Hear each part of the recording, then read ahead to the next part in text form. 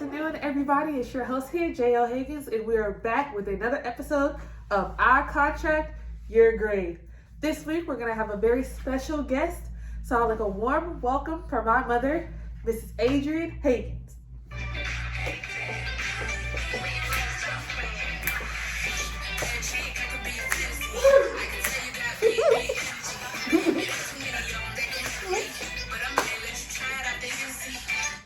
Okay, how are you doing today, Miss Higgins? I'm doing well, Miss JL. How are you? I'm doing very well, actually. Thank you for having me on your podcast. Oh, I absolutely. appreciate Do it. you watch every week? I do. Oh, my I do. goodness, And I I'm thought you very did. impressed. Yes. Tell us a little bit about yourself. How long have you been teaching? Well, I've been teaching in the school system for 28 years. Oh, This is my my gosh. 28th year, yes. Okay, and what subject do you teach? This year I'm teaching 6th grade lead students, autistic, and they're quite high functioning, but I have a self-contained class of 4. I was just informed today that I'm receiving another student tomorrow, and then I have 8 inclusion students that I go to class with on a daily basis. Okay, great. And how would you say those 28 years have treated you? Do you feel happy about the time you've spent in education?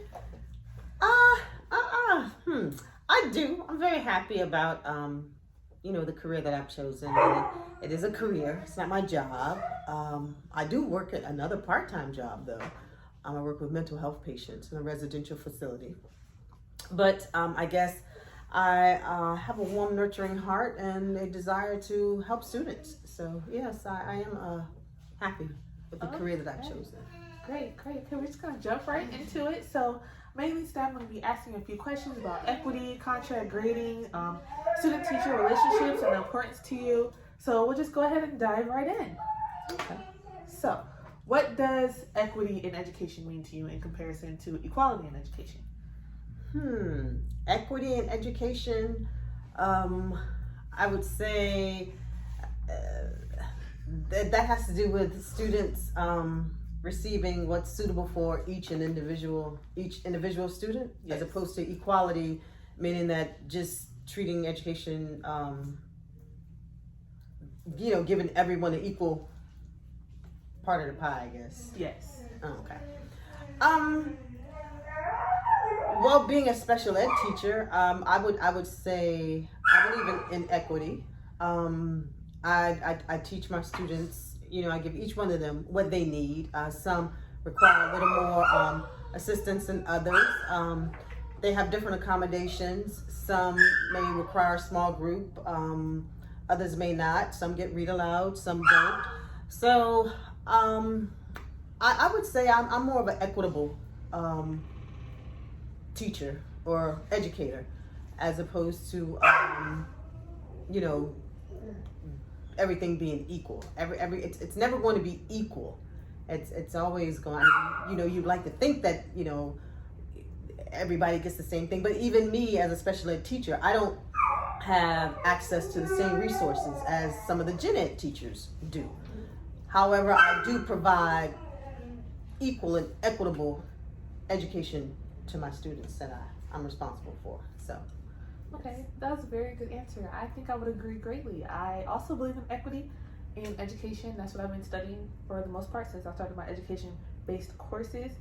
My next question is, how do you feel about contract grading? Do you want me to have a little spiel about contract grading first?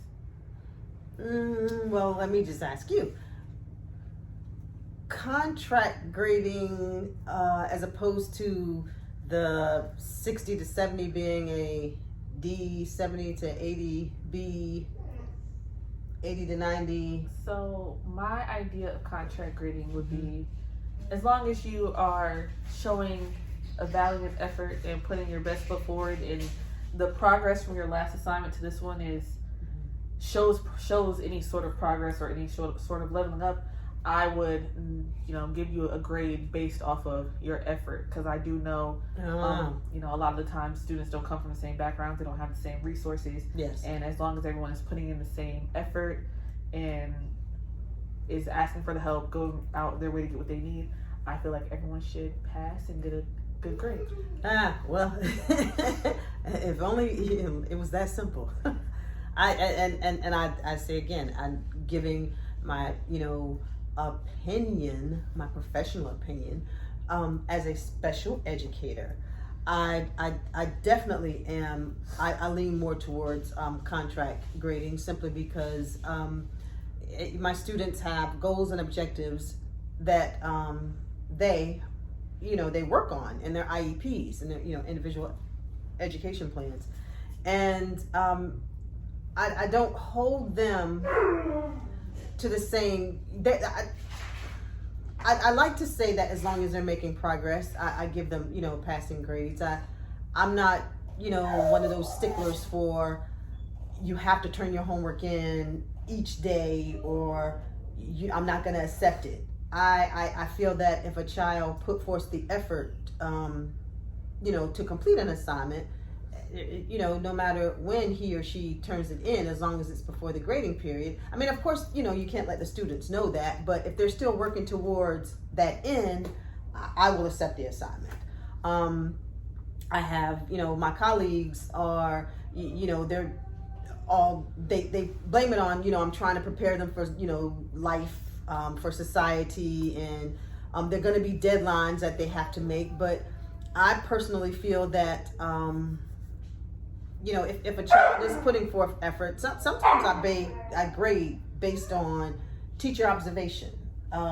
If I can ask you a question verbally and you can give me an answer, or you can recall details from a story, however you couldn't answer, said comprehension questions that pertain to that story, if you didn't get it done, then I feel like that you deserve credit for that.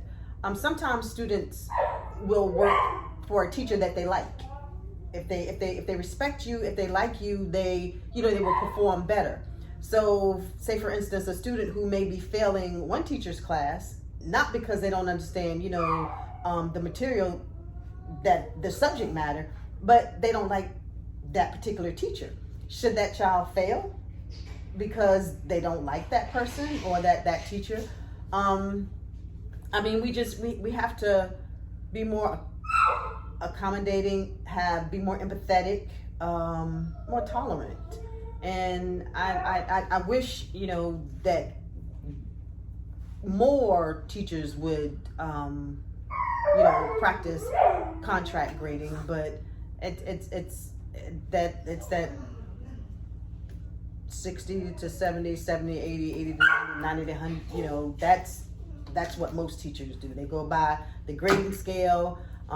They give zeros based on the rules of whatever city it is that they're teaching in, and they're sticklers for children performing paper pencil or with the learning management model that we're using now, the online Schoology system. It's a tangible grade, but I, as a special ed teacher, I tend to use a little more of the contract-based grading. Yes. Okay, thank you. I really do enjoy that answer. Now it's time for an Uncut Girl Chat segment. I'm going to ask you questions that may be a little controversial to answer as a teacher. Well, not that controversial. Okay. If you could go back 28 years and have a different profession and not teach, would you do that? Well, I started out when I first, registered for school, for college. I was a chemistry major. I wanted to be a doctor, and I soon changed that major. I just, me and organic chemistry, we just didn't get along, and so after that, I wanted to be a nurse. And no, that wasn't my decision then. I started out a chemistry major. I changed my major from chemistry to accounting. But let me go back before that. When I was in school, my teachers would always tell me I should be an English teacher. And then when I went to college, my professors, advised me, and they told me that, I should be an English teacher, but I was told that there wasn't going to be any teaching positions needed, to be filled by the time I graduated college. So that was why I, I started out in chemistry, but I changed my major from chemistry to accounting. So my degree is in accounting. I went back to get certified to teach because that has always been my passion. When I was a child, I would always, have my students, my little cousins would be my students, and I would teach them something every day. So I just have a passion for what I do. I like being an educator. I like, providing a learning environment for my students to thrive and learn. And to answer your question, yes or no, I would not change being a teacher. Okay. I have no regrets. Good, I'm glad. Okay, and then my last question is, what is the most irritating part of education?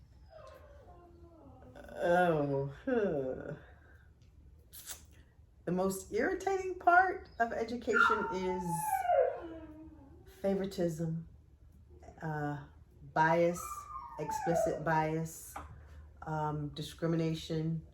Unfortunately, some children tend to, stand out more than others, and so they're singled out more than others. And some teachers tend to stand out more than others, and so they are singled out more than others. So the political aspect of it, who gets what position or who's, promoted or not promoted, that doesn't bother me. It's just on a daily basis, when I see a child or a person being treated unfairly because of who he or she is, that bothers me.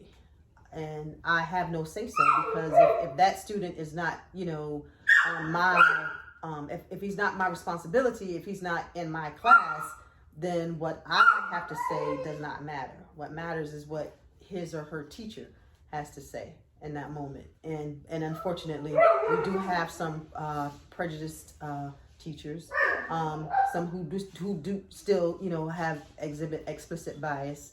And I guess if I have a pet peeve, it's bias, explicit bias, unfairness. Okay. And lastly, before we get off, is there any advice? What's one piece of advice you would give me on my journey forward in education?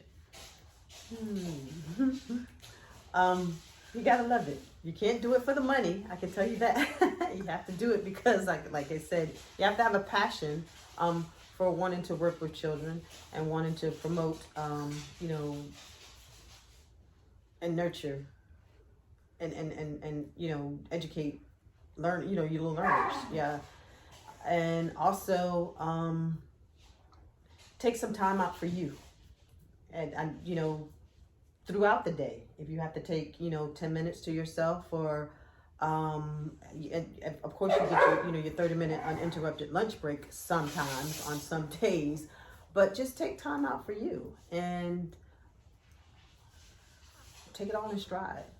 Learn something every day. Ask, listen to the custodians, listen to the librarians, listen to the teacher. I mean, you can learn from every staff in that building. Don't think that because a person doesn't have, as much teaching experience or knowledge, education-wise, that you do, that you can't learn from that person. Listen. Always listen. Okay.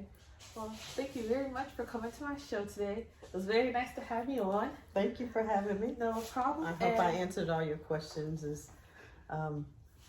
thorough and as you expected or that you needed. You did. Okay. Thank you. Thank you, everybody, and we'll be back next week with another segment of Our Contract, Your Grade.